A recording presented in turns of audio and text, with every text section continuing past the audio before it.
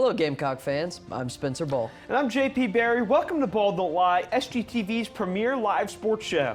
JP and I will be giving you our weekly insight every Friday. This week on the show, Gamecock baseball, softball, and hockey. And later, a highly anticipated week of college basketball. Be sure to stick around for head-to-head pick'ems. And without further ado, welcome to Ball Don't Lie. Welcome to the Kennedy Greenhouse Studio. If you are a person in the Carolinas with functioning legs and a football jersey, please report to Bank of America Stadium in Charlotte. We watched Ice Bryce Young do his thing and lead the Panthers to their second win of the season. I think Matthew McConaughey and Dabo Swinney are very similar. I feel like maybe one day McConaughey could play Dabo in a movie. Well, I think there's a lot of people that love seeing Clemson lose. This is just what football is about, man. Two teams that run the football, play defense. That guy's Superman sometimes, dude. We've got to pick the Yankees, otherwise I'd be kicked out of my own family. Yankees. It's time. Is it time? I think it's time. This is Ball Don't Lie. Gamecock baseball swept Milwaukee over the weekend and dominated Gardner-Webb on Tuesday on the way to a 9-0 record. It's been a good start for the boys. It has. It's been interesting because they haven't been winning games by too many until recently. You know, they struggled a little bit on Friday and Saturday, but Sunday they got the run rule win against Milwaukee to complete the sweep. Then on Tuesday, they got the run rule win to beat Gardner-Webb. Say that five times fast. They had one run rule win against Sacred Heart as well. So, you know, kind of one big explosion of offense once a weekend. You know, I think you'll take that. But, again, it's been good signs so far for the team. And really, you know, I was at the Gardner-Webb game. There was the lovely sunset over Founders Park. And they started a little slow, but the bats got hot. They hit 5 homers in that game, and I think this offense is definitely getting into gear as the season's progressing, and no bigger task than this weekend, right, JP? Yeah, you know, they're facing their first big test of the season this weekend as the Palmetto Series begins tonight at Clemson's Doug Keensmore Stadium, all the way up in the upstate Spencer. It's going to be a good one. We have our pitching rotation for this series, save for the Gamecocks on Sunday. Tonight, it's Aiden Knack versus Matthew Becker, 2 Friday night starters for both of these teams from a year ago as well. You know, Becker kind of slotted into that late. And then Saturday at Floor Field in Greenville, you have Ethan Darden versus Jake McCoy. And then on Sunday at Founders Park, you have Justin LeGuernick against to be announced for South Carolina. It could be Dylan Eskew, but he's dealing with something in his back, so they're just playing it safe right now. Yeah, he left after 2 innings against his Sacred Heart start last Friday. Coach Maneri did say that he threw a really good bullpen, so they're expecting him to pitch, but it hasn't been made official just yet, so we're not gonna go ahead and make that claim for the team. They know better than we do. But somebody will be pitching at Founders Park on Sunday. But this Clemson team, JP, can you give us a little rundown on them? Because they're pretty talented. They're very talented. I mean, they were very good a year ago. Got upset in their regional by the Florida Gators en route to their, like one of the coolest. One of the best games we've seen in a long time. But they brought back a lot of talent for this year's team, including Cam Canarella, who is one of the best outfielders in college baseball.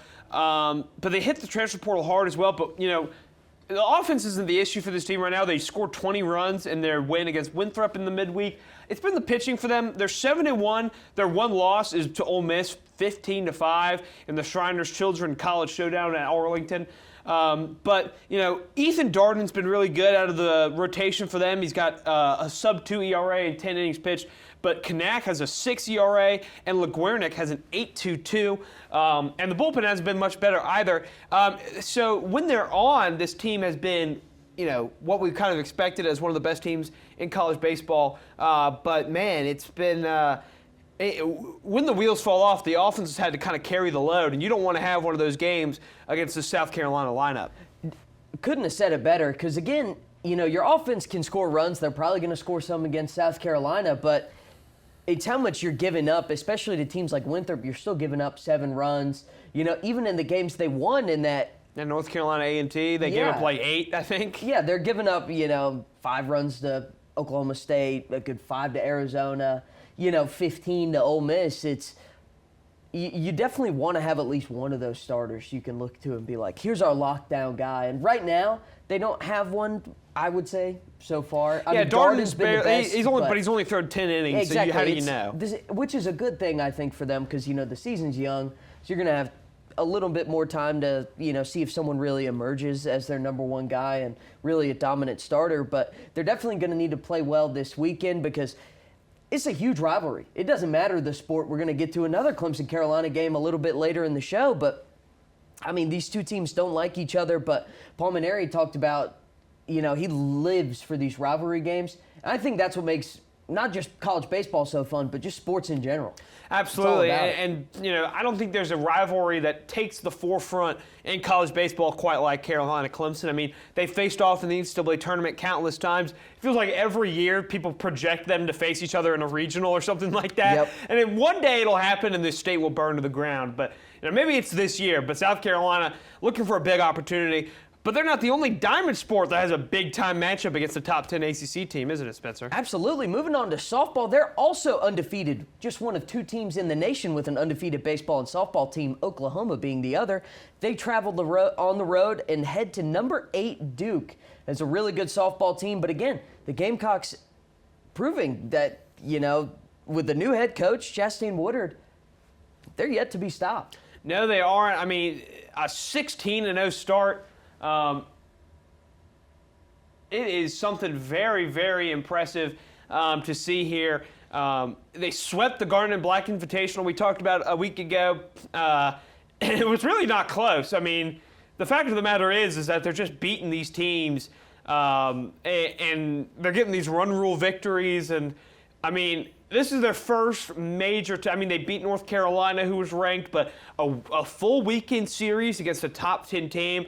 This is where you're going to find out really kind of where you stand, at least right now in the season, against the pecking order of the college softball world. Yeah, absolutely. Duke is a great test for what the SEC teams have to come, but someone who's really, writing her name early in the season as one of the best pitchers in the country is Jory Hurd. She's been outstanding. She was named the SEC Pitcher of the Week from February 17th through the 24th. She finished the week 3-0, didn't give up an earned run, 12 Ks, 15 innings pitched, only allowed 5 hits with a 100 batting average against her. Just a really dominant stretch, but last year we saw flashes that, this is the pitcher she can be, and it seems like she's just leveled up this year. Yeah, it's about sustaining it, and that's what she's done. It's been really impressive to see. And I can't wait to watch this weekend series against Duke. But before we get to the full weekend, tonight is senior night for Gamecock Hockey. They're going to be celebrating 9 graduating players at the Plex before their postseason push as they look to repeat as national champions. Spencer, it's not just senior night for players, it's senior night for broadcasters as well. It is. But before we get into that, let's take a look at who's graduating and who's being honored for the Gamecocks tonight. Yeah, I'll just run through the 9 seniors that are graduating. It's Rona Mulcairn, Marco Pineda, Nick Kay, Josh Wilkins, Connor Berman, Drew Henderson, Adam Feldman, Ian Hoover, and Peter Papadopoulos.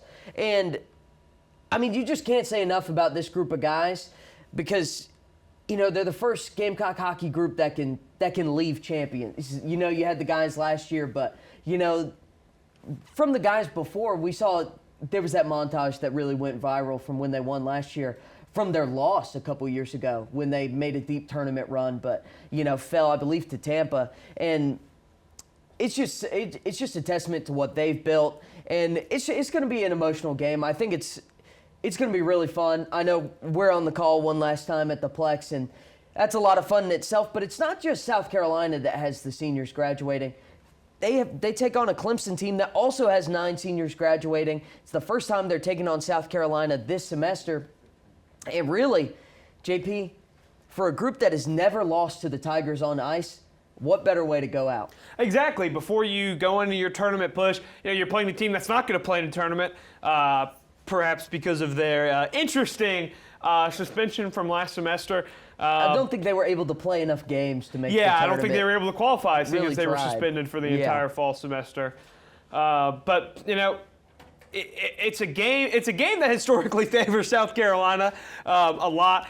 And Spencer, it's been so much fun to kind of watch this team grow over the years. I mean, here because, they are. I mean, yeah, I know. For so many of these guys graduating for South Carolina, we've just seen make big plays in big games. Ronan Mulcahy, Marco Pineda, Nick Kay, all alternate captains who have made their marks. Josh Wilkins, Connor Berman, and Drew Henderson have really kind of had big-time goals their whole career. And then Ian Hoover has been a huge addition this year. He's really seen his play time increase as the year's gone on. But, it's not just senior night for South Carolina. We've had the pleasure of kind of following some of these Clemson players like Captain Cade Heinold, who's really probably the best player I think I've ever seen from this Clemson club.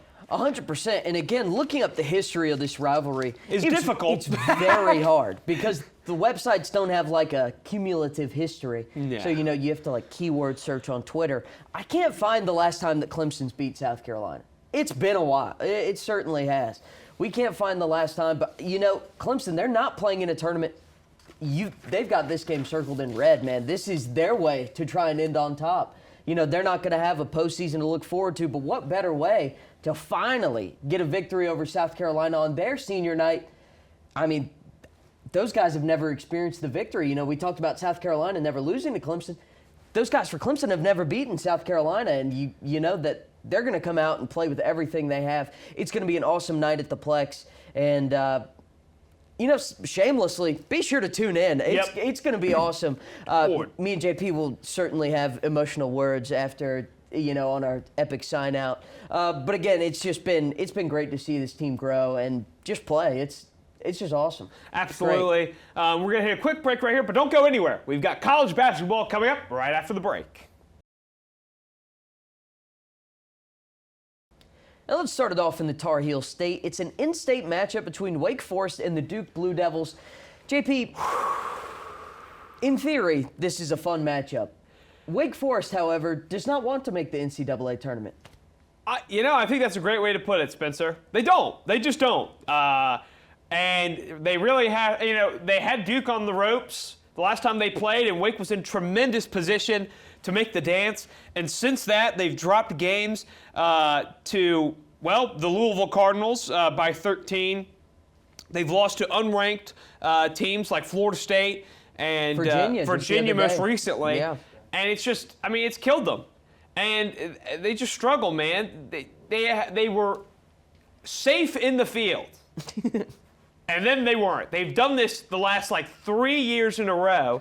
Last year it was to the Irish. Yeah, last year that's who they play on Saturday, and it's a Notre Dame team that they beat Pitt a week ago. They really kind of played Clemson very tough on Wednesday, and you have to play them this year. If Notre Dame can defend the three-pointer, which they can, Wake Forest is screwed, and that's what's happened. Wake Forest is just they've played around and they've gotten bit, and they haven't done anything to adjust to it.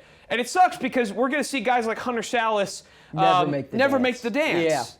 Yeah, and that stinks because Wake Forest really, they do still have a chance. They do. They need to win on Saturday, and then they need to win on Monday. Yeah, no, it's really, you have to win out.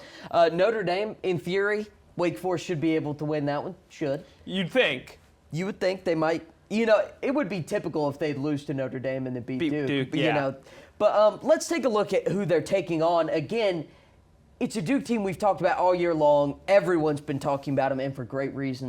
They're unbelievable. Cooper Flagg, Con Knippel, just the two star freshmen of this team. They're a dominant squad. They are. They're the highest-rated KenPom team ever, except for 1999 Duke.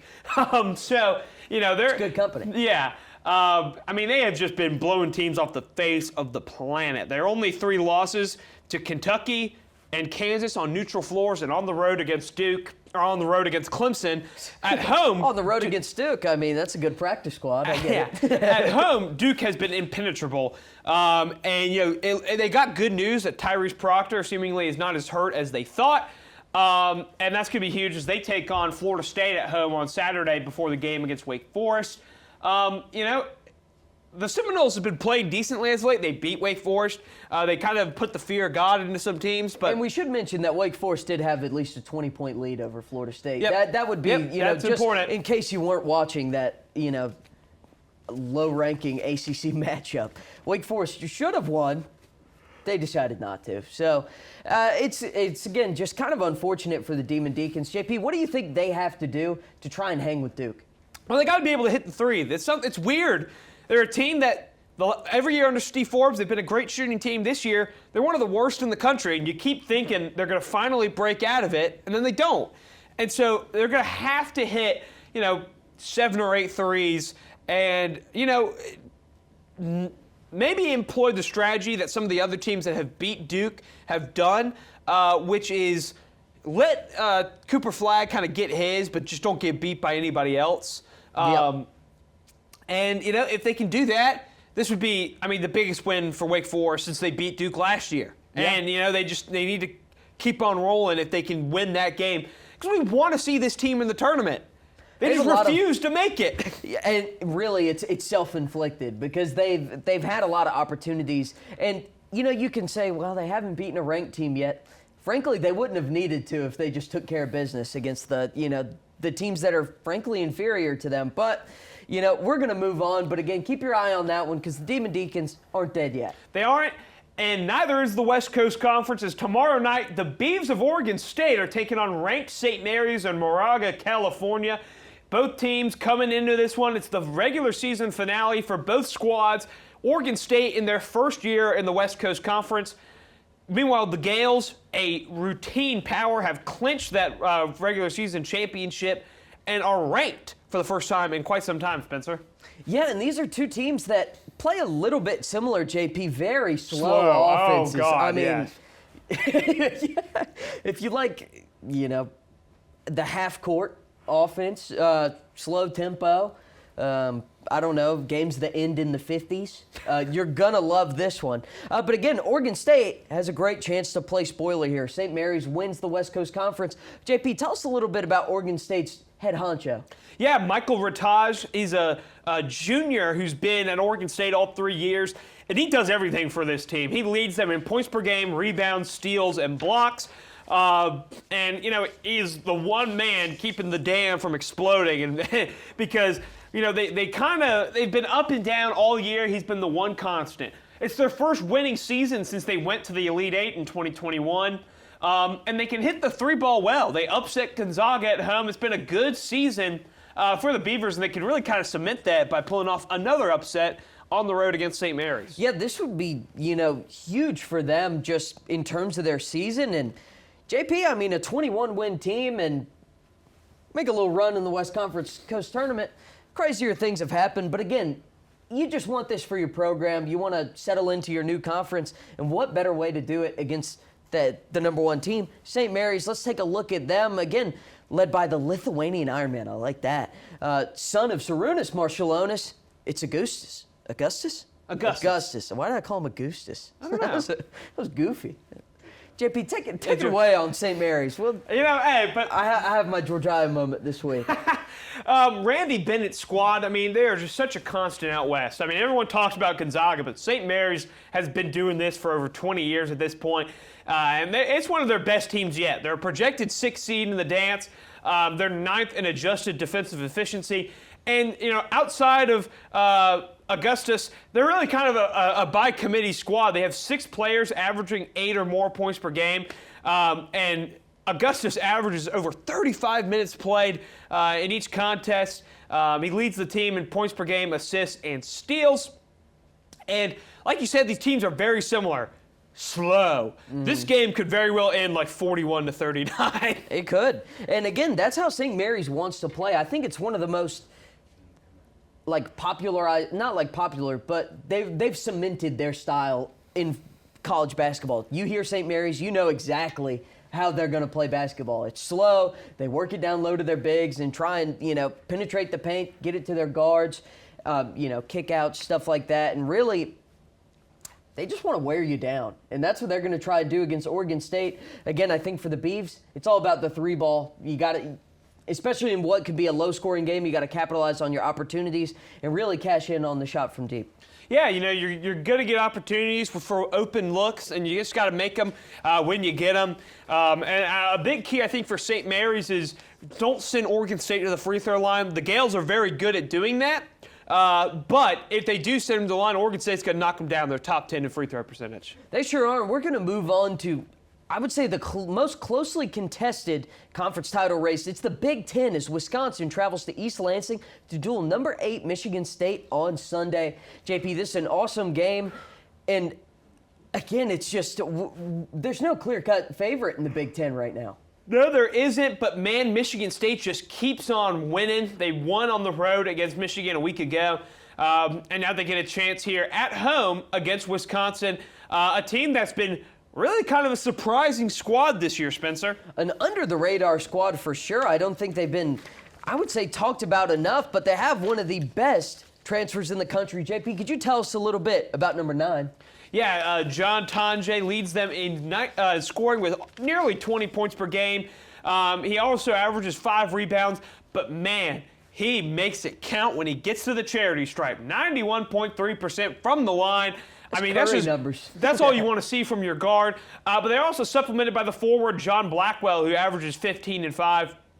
This team, they don't turn the ball over, but they also don't force turnovers. It's all about the offense for them under Greg Gard, as they're having another great year with him. Yeah, and again, really, I would say a surprising season. I don't think many people had Wisconsin this high up. No, yeah, they're projected as the top 3 seed in the NCAA tournament. A win here would definitely knock them up into that 2-seed range. Yeah, and it's a battle between other Big Ten teams. It's Michigan, Michigan State, and Wisconsin, really all just punching each other in the mouth, seeing who's going to get the 2, who's going to get the 3. But for Wisconsin, they blew a huge 15-point lead in the second half to lose to Oregon the other day. That did not help their case. But again, you've got to go on the road to the Breslin Center to see if you can take down Sparty. Let's take a look at them after their huge win against Maryland. I'm sure you saw that. Trey Holloman. I started giggling, the 60-foot buzzer beater to awesome. Upset the Terrapins on the road. They beat Michigan handily in Ann Arbor in the game we covered last week. And, you know, last week we talked about Jaden Atkins and him as the senior leader on this team. But then you look at Jeremy Fears Jr., another guy who's been in the program a while. He leads them in assists, steals, and for a team that shoots under 30% from deep, he's easily their best shooter at nearly 40%. Spencer, tell me a little bit about Michigan State and just how they've kind of gotten here. I've loved nothing more. This is one of my favorite teams in the country. I love Tom Izzo, and really, they do it by committee. I mean, I think Tom Izzo said in his postgame the other day, it's the 17th time this season that all 10 guys have scored in their game. I mean, they get everybody involved. It doesn't matter who, everybody contributes. They hit the bench early and often, and frankly, if you're not playing good, they've got a plethora of guys they can go to. I mean, in March, that is so valuable. But really, it's been Jace Richardson as of late who's been awesome. He gets to the rack really quickly. He's got a great handle to him, knows how to navigate the pick and roll, and he was giving Maryland fits all game, and especially in that first half. Yeah, he's been a joy to watch as the season progresses. The true freshman, very talented. And so Jason Richardson, yes. And you know, moments like Wednesday night with buzzer beater, half court heaves, they remind you of March. And ladies and gentlemen, we're knocking on the door. We're one day away from March. So let's take a look at 3 more teams on our bubble watch fighting for those last at-large spots in the tournament. Starting with Spencer, your North Carolina Tar Heels. Oh, I mean, don't give me hope. They might. I think it all comes down to one big game, doesn't it, JP? It does indeed. Yeah, I mean, you've got Miami. You got to go on the road to Virginia Tech. But to close it out on your home court, you've got a chance to get the second quad 1 win you've been searching for all year long. It's number 2 Duke. You need the big win. And frankly, it's a weak bubble this year. It really is. I mean, it's notoriously bad. And you look here, you know, this team is in the 40s and pretty much everything, net, KenPom, and then we're talking about wins above bubble. I added that to the graphic this week, which is an important resume metric. It's like, well, what would the average bubble team look like with your schedule or something? You know, it's like, how would they perform? Yeah. And so North Carolina is kind of right there because, you know, they're 1-10 against quad 1. That has been really unfortunate. They haven't gotten the big win there, but they're 17-1 against everyone else. And really, a lot of things just haven't fell their way. You know, I mean, you've lost countless one-score games. But something to note, they're making some administrative changes. Hubert Davis got a contract extension through 2030, and they signed a basketball general manager. going to come in next year. And, with the changing NIL landscapes and such, I've heard multiple things that I think is going to take that part off of Davis's plate so he can really focus a lot more on coaching. But again, that's a lot more for the future. This UNC team has to stick in the now. First off, got to take care of the Hurricanes and the Hokies. Then it all comes down to Duke, and you've got plenty of film you can watch on what not to do. Yeah, exactly. One of the more brutal beatdowns we've seen in that long storied history. But we're going to move on to our second team here, the George Mason Patriots of the 8-10. They suffered a tough loss on the road last week against VCU to fall to second in the 8-10. And thus, they end up here on Bubble Watch. They are a mid-major team that, frankly, I think deserves it over a lot of teams. But to quote Clint Eastwood, deserves got nothing to do with it. They just got to take care of business. And, you look here, these aren't terrible teams, Duquesne and Richmond especially, but you got to take care of business against them, get to 25 wins. And really, their metrics aren't that bad for a mid-major squad. They're 1-3 against Quad 1, but two of those are on the road against Duke and Marquette in the non-con. And then I respect the team for scheduling those games. Absolutely. George Mason is just such a fun team. Yeah. And I hope to God that they get the nod. But they can always play their way in by winning the A-10 tournament title. That's one of my favorite tournaments. It's so hotly contested. It's a great year this year, even beyond VCU. You got Dayton, St. Joe's, St. Bonaventure. Davidson's a St. Louis, team. Davidson. Yep. It's a great tournament, but that adds to the peril for George Mason and VCU. If they drop a game to a pesky squad in the A-10 tournament and they get left out for 17-14 Ohio State, that would just suck, man. I think it's feast or famine. Really, you gotta take your opportunity. Frankly, you can't expect to get in. You just gotta don't leave it up into the hands of the committee. Don't make it a chance. You just gotta go and try and win out.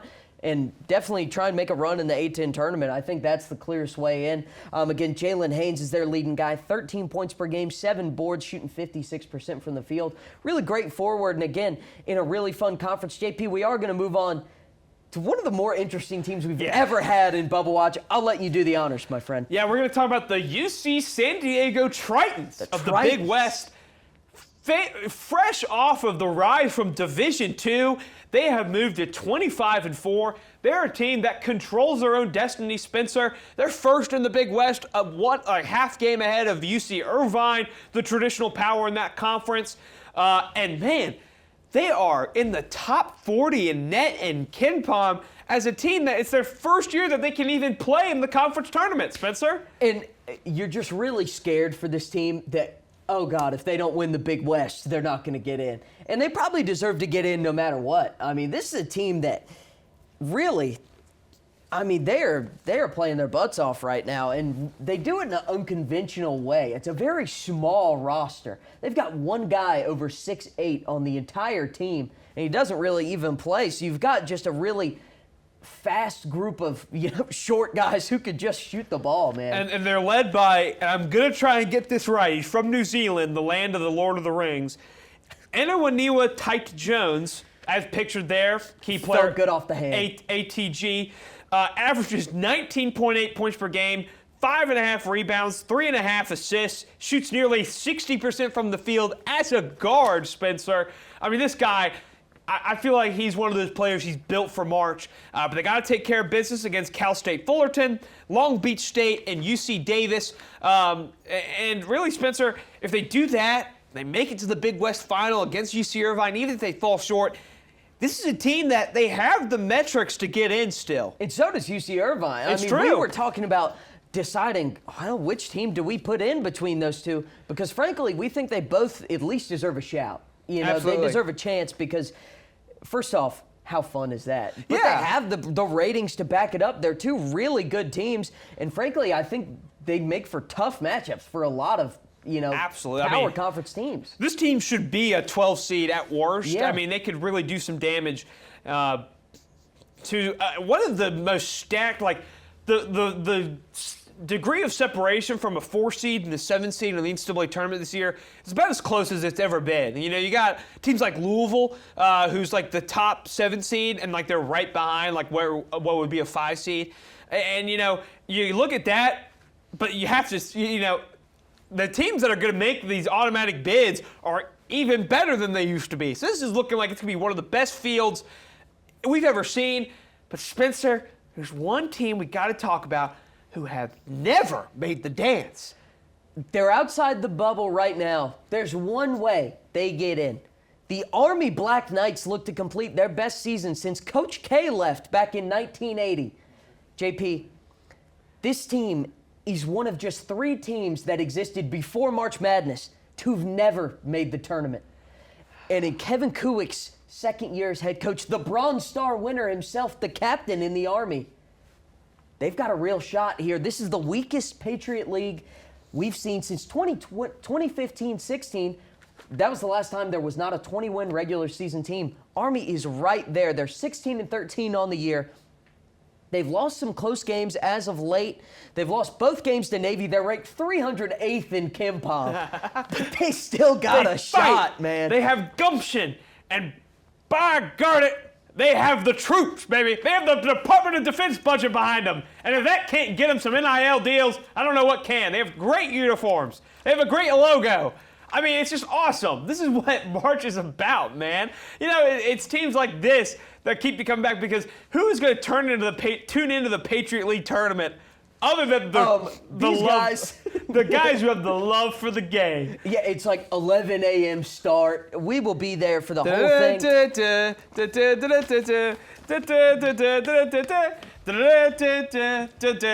to as those caissons go rolling along.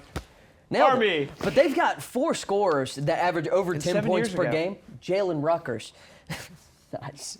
Josh Scovins, Ryan Curry, and A.J. Allenspatch. Other than that, JP, their next highest scorer averages 4 a game. It's really these 4 guys in a dream. And for Army, that's what it is. I mean, the top 2 seeds in the Patriot League are American and Bucknell. Army split the season series with them, won both of the home games there. And really, this is a team, if they beat Lehigh on Saturday, they'll enter, I believe it's the 3 seed, depending on what happens with Colgate. It's the 3 or the 4 seed. And that earns you a quarterfinal. You start in the quarters. Yes. 3 wins in a dream, and Army's in the tournament for the first time ever. And that's unbelievable. I wrote down some of the history here. I mean, the last Army head coach with a winning record in their tenure was Coach K, and that was from 1975 to 1980. He was 73-59. They haven't had a 20-win season since 1976-77. They've never had an 11-win conference season ever. That could change if they beat Lehigh on Saturday. It's just one of the weirdest stories in basketball. And frankly, this team, who just guts out wins, has a chance to make the tournament. And again, that's what it's all about. It would just be so awesome. As it would. And as we move from a team that's never made the tournament to a team that it feels like they'll never miss the tournament again, USC women's basketball bounced back from their loss against UConn, but they play Kentucky on Sunday, the last game of the regular season. And it's a Kentucky team, Spencer, that, we were pretty high on them last week. They went out, they played great against LSU. They did, and frankly, they should have won that game. They blew a big lead late to a surging Tigers team. But again, South Carolina took care of Ole Miss, who I think is a really good program as well. Chloe Kitts with a triple-double last night. 16 points, 13 boards, 10 assists. The first triple-double since Aaliyah Boston was in town. And again, it's their last regular season game at home in CLA against the Wildcats, a really good team. And for the first time in a while, they're not the #1 seed in the SEC tournament. Yeah, they're behind the Texas Longhorns their first year in the SEC. If Texas were to lose this weekend and South Carolina was to win, they would split the SEC regular season title, which I'm sure everyone wants that to happen down in Columbia. But this is a team that they're kind of in a rare position. Like you said, they're not going to be the #1 seed. Even if Texas does lose, they still own the tiebreaker from beating Carolina in Austin. And, the hunted kind of become the hunters for once. They get a chance to be not the underdog maybe per se, but, they'll come in as maybe not the odds-on favorite to win the SEC tournament for the first time in a very long time. And sometimes, that can really light a fire under a team. And one thing that we haven't talked about a ton with South Carolina that I think is important to mention, the metrics still love this team. Oh, You know what I mean? They're really a top 2 team in the country because they go out and play all these tough opponents. And frankly, I think that's what sets them apart year in and year out. I think Kentucky, it's going to be a really good matchup. I think there's going to be a lot of great guard play. George Amor, Malaysia Fulwiley. There's great guards all around. This one should be fun, a great way to end the season in Colonial Life Arena, and it's going to be a great way to wrap up another episode of Ball Don't Lie, as we usually do. We've got pick'ems coming up right after a quick break. Welcome back to BDL Pick'ems. After last week, I have a 30-25 record, while Spencer sits at 36 wins and 19 losses. We're going to roll through these games really quick. It's kind of an entirely men's slate because it's just that kind of weekend in men's basketball. We'll start, of course, with Wake Forest at Duke. We talked about this one, Spencer. Who do you got? Rolling with the Blue Devils here. Yeah. Again, Wake Forest has shown that they don't want to make the tournament. I don't believe they will. But also, I think Duke is just it's a bad matchup for everybody in the country. So I think the Blue Devils are going to get it done. If Wake themselves don't want to make it, I don't want to pick them. So I'm going with Duke as well. As we move on now to St. Mary's hosting Oregon State. First 1 to 40 probably wins this. Spencer, who do you got? I'm going to go with St. Mary's at home. I think, they actually have a really good environment out there. Yes, they do. A late night game, 10 p.m. tip-off.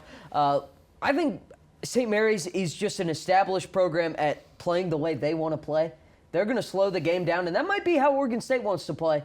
St. Mary's just has a bit more experience doing it, and I think they're a bit better at it. I think they win at home. I'm riding with the Gales the whole way, man. Yeah. They're one of my favorite teams to follow in mid-major basketball, and why would I stop picking them now? As we now move on to number 11 Wisconsin, going on the road to Michigan State, the number 8 Spartans. Spencer, it's your game of the week. Boy, you talking about one of my favorite teams in the whole country. Give me Sparty at home. This is a team, JP. The jury's not out yet, and we're not gonna preview any bracketology just yet.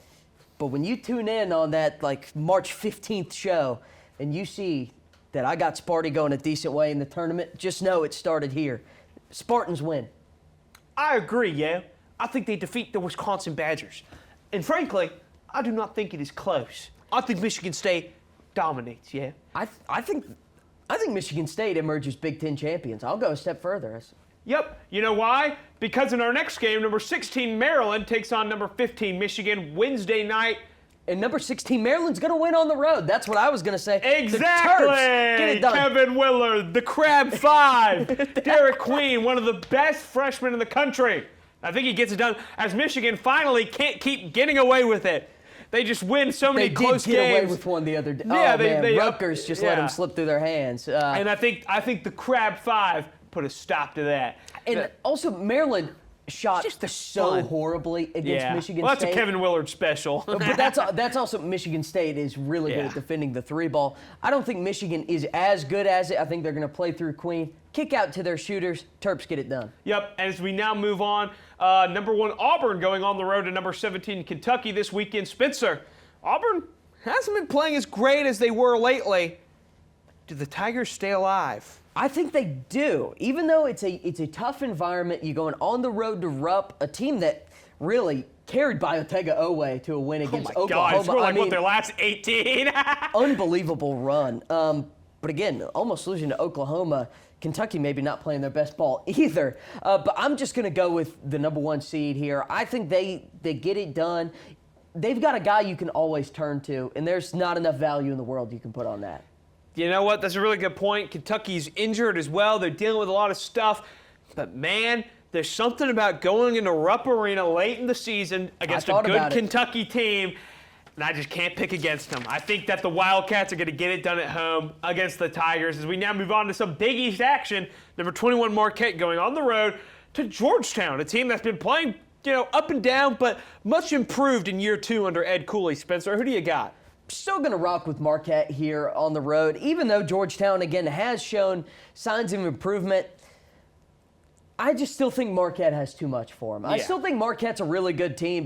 Most of their losses are to really good Big East teams, like your St. John's, your UConns, Creighton. Your Creightons. And again, it's a really good conference. I think Marquette gets it done, but it wouldn't surprise me if this one's a little close. Yeah, Georgetown, even without Thomas Sorber, kind of put the fear of God into UConn this past week, but I think Marquette, they just kind of get back on track. They've been struggling lately, but I think this is a nice building block as we move into the Big East tournament, the greatest in all of sports. A top 15 showdown in the Swamp on Saturday. It's a nighttime game between number 3 Florida and number 12 Texas A&M. Spencer, who do you got? I'm going to go with Florida, and I don't think this is going to be a fun game to watch. No, God, no. Although it will be marketed everywhere as must-see TV. Texas Williams A&M against might Joe score Goldberg. 45 points, and Florida might score 90. Yeah. I think the Gators run away with it. I think Texas A&M's only saving grace would be if Wade Taylor can single-handedly shoot them into the game. She's a great game. Him and Walter Clayton is going to be one of the more fun bucket-getter matchups.